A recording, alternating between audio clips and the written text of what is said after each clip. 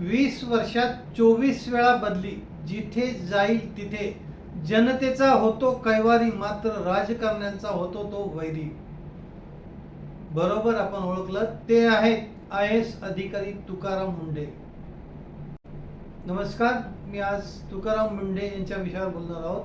त्याचं कारण आहे त्यांची दिव्यांग, महाराष्ट्र शासनाचा ते दिव्यांग कल्याण विभाग होता, तिथून त्यांची बदली करण्यात आली. खरं म्हटलं तर ही बदली नाही, तर हा दिव्यांग व्यक्ती जे आहेत, खरं तर त्यांना निसर्गाने सुद्धा त्यांच्यावर अन्याय केला म्हणता येईल. त्यांना दिव्यांग बनवलं आणि आता सरकारने पुन्हा एकदा दिव्यांगांना मिळालेला एक हक्काचा माणूस, हे हक्काचं व्यासपीठ आणि त्यांना न्याय मिळवून देणारा कैवारीचा आज त्यांचा पुन्हा एकदा सरकारने काढून घेतला आहे.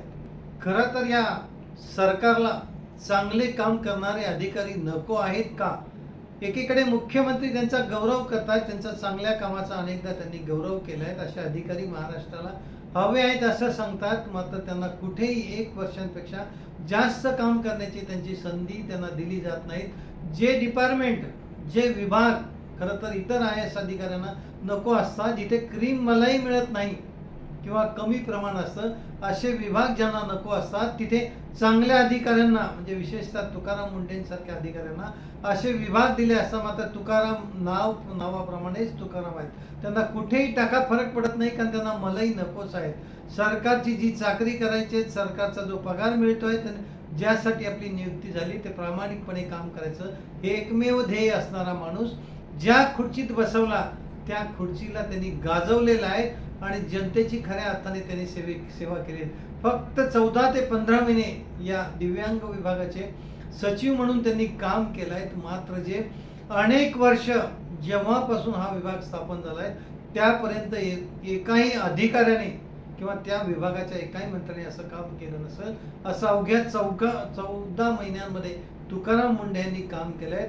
तब्बल सरकारकडून कोट्यवधी रुपये घेऊन बोगस संस्था चालवणारे दिव्यांग, जवळपास 900च्या आसपास दिव्यांग संस्था चक्क या तुकाराम मुंढेंनी मोडीत काढल्यात. या संस्था कुणाच्या आहेत हे तुम्हाला सांगण्याची गरज नाही, कारण राजकीय नेते असतील, पुढारी असतील किंवा राजकीय नेत्यांना जे चारा पाणी पुरवता अशा लोकांच्या संस्था होता.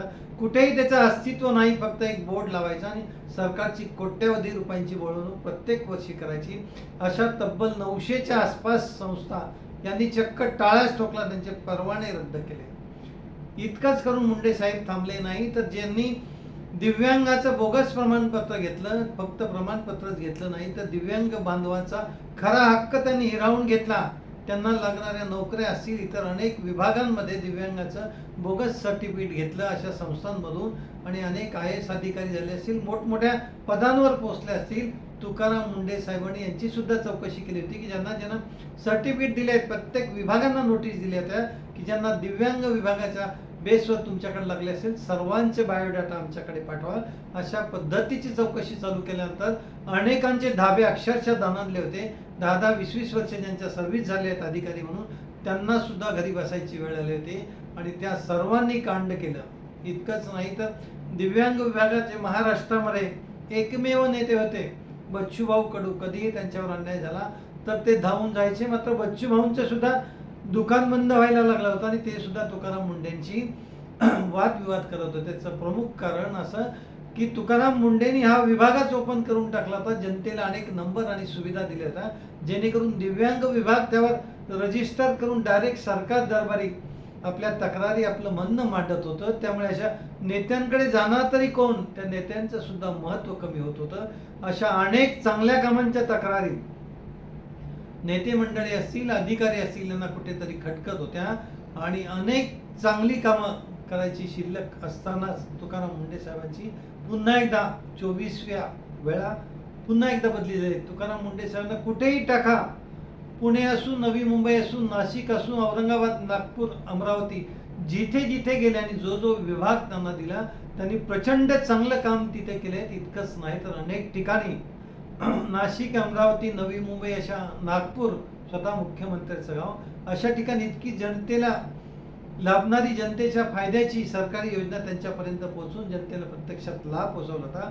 ज्या वेळेला आयुक्तांची बदली झालेली आहे त्या वेळेला जनतेच्या डोळ्यात अक्षरशः अश्रू आले, तरी सुद्धा या सरकारने कुठलीही त्याची दखल न घेता आपल्या फायद्यासाठी होईल त्यांच्या बदल्या करत राहिल्या आणि नेत्यांची मनमानी सांभाळत राहिली. इतकेच नाही तर सोलापूरचे ज्यावेळेला जिल्हाधिकारी झाले होते त्यावेळेला त्यांनी तिथे सुद्धा अत्यंत चांगलं काम केलं. पंढरपूरच्या समितीमध्ये असताना फक्त आणि फक्त मुख्यमंत्र्यांनाच VIP दर्शन दिलं होतं, इतर सर्वांची दर्शन टाकली होती आणि सर्वसामान्य वारकऱ्याला ज्या विठुरायाच्या दर्शनासाठी तरसलेले असतात त्या विठुरायांना त्यांनी प्राधान्य दिले होते. अशी निर्भीडपणे कारकीर्द गाजवणारे हे आयुक्त खरोखर संपूर्ण महाराष्ट्राचे कौतुकास्पद अधिकारी आहेत. मात्र हे मुख्यमंत्र्यांना कधी आवडणार आणि एखाद्या ठिकाणी त्यांना 4-5 वर्ष, खरं तर 3 वर्षांचा त्यांचा कार्यकाळ असतो, एकदा तरी त्यांना ती संधी मिळेल का आणि खऱ्या अर्थाने ते 3 वर्ष जिथे थांबतील त्या विभागाचा आणि त्या विभागातील नागरिकांचा खरोखर विकास झाल्याशिवाय राहणार नाही. मुंडे साहेब, आधार न्यूजकडून आपल्याला हार्दिक शुभेच्छा व आपल्या कामाला खरोखर सलाम. जय हिंद, जय महाराष्ट्र.